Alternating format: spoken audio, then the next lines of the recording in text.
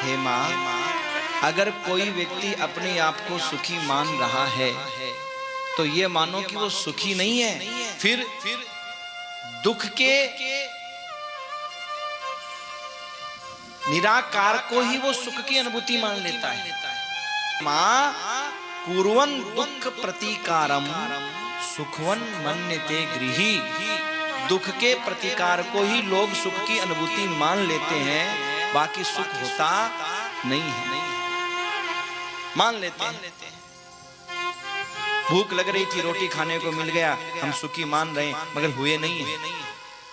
अगर ज्यादा खा ली तो वैसे परेशान, कम खाई तो वैसे परेशान। बेटे का रिश्ता नहीं हो रहा था, अचानक कोई रिश्ता मिल गया, हम अपने आप को सुखी मान लेते हैं। पर विचार करो, क्या सुखी है क्या? पहले तो लोगों को ये कहते थे, कोई रिश्ता बताओ, रिश्ता बताओ, रिश्ता बताओ, ये कहा करते थे। और रिश्ता होने के बाद में महाराज कहते हैं लोगों को, बहू ऐसी निठल्ली आई है, निखट्टी आई है, कर्म फूट गया, ये लो। पहले रिश्ते की बात कहा करते थे करवाने की, अब बहू की बुराइयां करते रहते हो। कहां सुखी हो? दुख के प्रतिकार को लोग सुख की अनुभूति मान लेते हैं, बाकी सजनों दुनिया में सुख है नहीं, ध्यान रखिएगा। इसलिए सुख की आस तजो मेरे भाई, परछाई भी होती है पराई, और सुख की आस तजो मेरे भाई। झूठे रिश्ते, झूठे नाते, किसका कौन हुआ है और कब बाजी उल्टी पड़ जाए, जीवन एक जुआ है। परछाई भी होती है पराई, और सुख की आस तजो मेरे भाई। सजनों, इसलिए संसार में किसी से भी सुख की आशा मत करो। आज हमारे दुख का कारण एक ही है कि हमने तो ऐसा सोचा था। क्यों सोचा तुमने ऐसा? बोलो। दुख किस बात का होता है कि हमने तो ऐसा सोचा था, बहू आएगी पैर दबाएगी, और उसने दबा दिया भरा। तो तूने सोचा है क्यों पैर दबाएगी? मत सोच।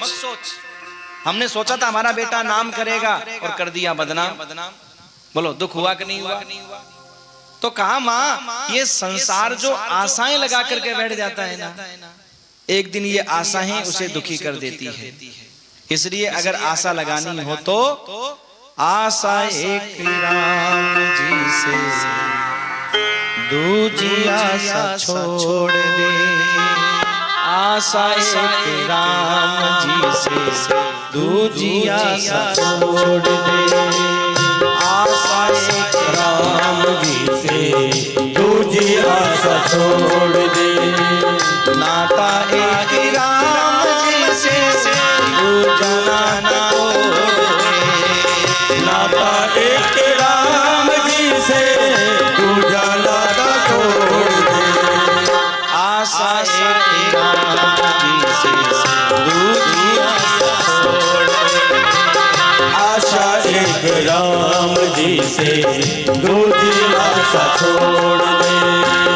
नाता एक राम जी से, दूजा नाता तोड़ दे। नाता एक राम जी से, दूजा नाता तोड़ दे। आशा एक राम जी से, दूजी आशा छोड़ दे। ये बोलना तो बड़ा सरल है, लेकिन छोड़ना बड़ा कठिन है।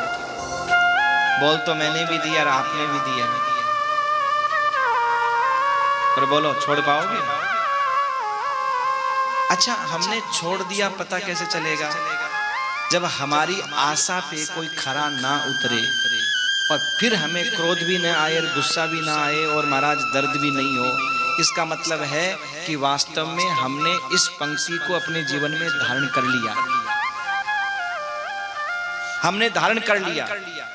और महाराज भगवान परीक्षा लेते हैं, भगवान परीक्षा लेते हैं कि वास्तव में हमने अपने जीवन में इस पंक्ति को उतारा है या नहीं उतारा है।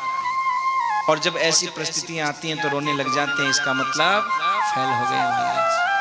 बाकी भैया, जीवन में किसी से भी सुख मत चाहो, क्योंकि तुम्हें कोई सुख नहीं दे सकता।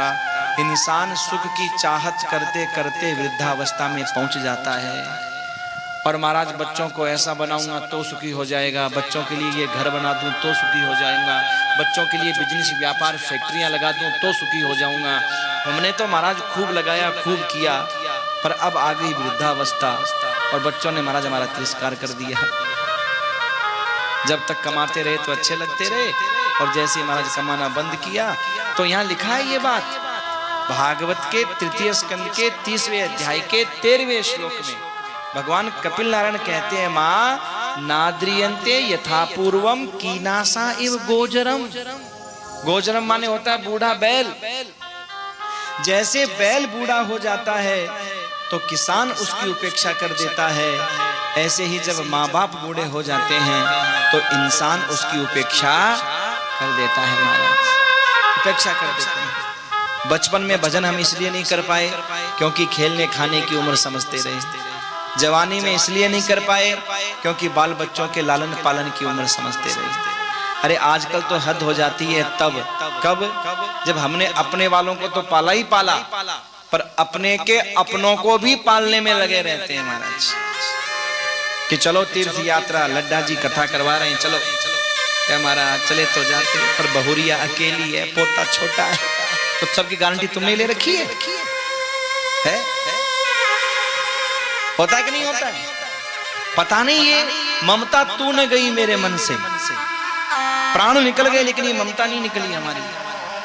वो चाहे हमें पूछे या ना पूछे, पर हम है कि मरे जा रहे हैं। बस यही तो जिंदगी की जंग है, यही तो जिंदगी की जंग है। वो हमें पूछे या ना पूछे, पर हम मरे जा रहे हैं। यहां साफ लिखा है, तुम चाहे कितना भी करो, लेकिन सजनों जब वृद्धावस्था आएगी ना, कोई नहीं पूछेगा तुमको। और जब संसार से जब जाओगे ना, तो तुम्हारा जो कर्म है ना, वही तुम्हारा साथ निभाएगा, अच्छा हो या बुरा हो।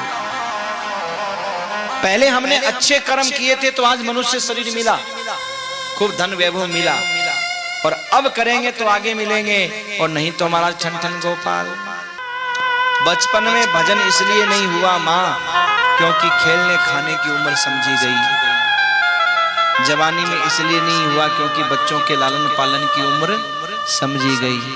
और बुढ़ापे में बोले जिनके लिए जिंदगी में भागते रहे उन्होंने हमारा तिरस्कार कर दिया, तो उनको गाली देने में समय निकल गया। बुढ़ापे में भजन ऐसे नहीं हुआ। साफ लिखा है, जैसे बूढ़े बैल की किसान उपेक्षा कर देता है, ऐसे ही बूढ़े माँ बाप की इंसान उपेक्षा कर देता है। और माँ, कोई अगर ये कहे कि नहीं नहीं मेरा बेटा श्रवण कुमार है, हम तो बुढ़ापे में भजन कर लेंगे, तीर्थ यात्रा कर लेंगे, नहीं कर सकते माँ। क्यों?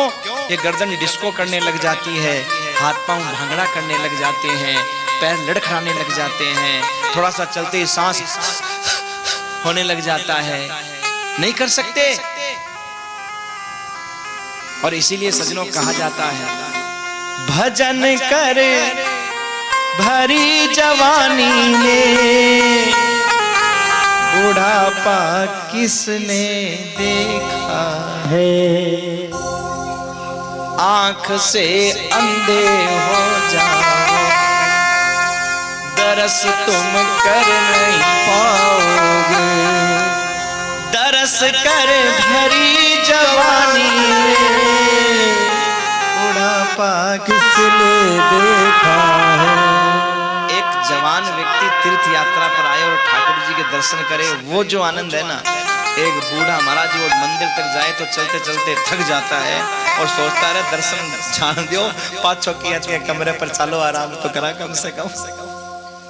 कितना हमने भजन किया, कितना पुण्य किया, कितना दान किया, कितना कथा, कितना सत्संग, कितनी तीर्थ यात्रा। आज कुछ हो जाए तो बच्चों के लिए घर है, दुकान है, व्यापार है, बिजनेस है, बेटी की शादी की व्यवस्था है, शादी हो गई तो महाराज भात छूचक सबकी व्यवस्था हमने कर दी। लेकिन हमने अपने लिए कितना धन कमाया। आप कहोगे तिजोरी में बहुत रखा है, वो तो पीछे वालों के काम आने वाला है।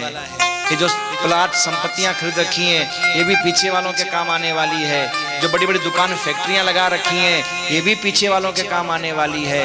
पर प्राणी, एक बार तो तू सोचा होता कि तूने अपने लिए कितना धन कमाया है। अरे रोज हिसाब लगाते हो, जोड़ते हो भाई, खाता बही में, तो कभी अपने भी एक बही डाल लो कि हमने आज राम नाम रूपी धन कितना कमाया पूरे दिन में, तो पता लगेगा एकदम जीरो, कुछ नहीं महाराज। बुढ़ापे में कराएगा, बुढ़ापे में कराएगा, बुढ़ापे में कराएगा। बुढ़ापे में कुछ नहीं होता महाराज, कुछ भी नहीं होता।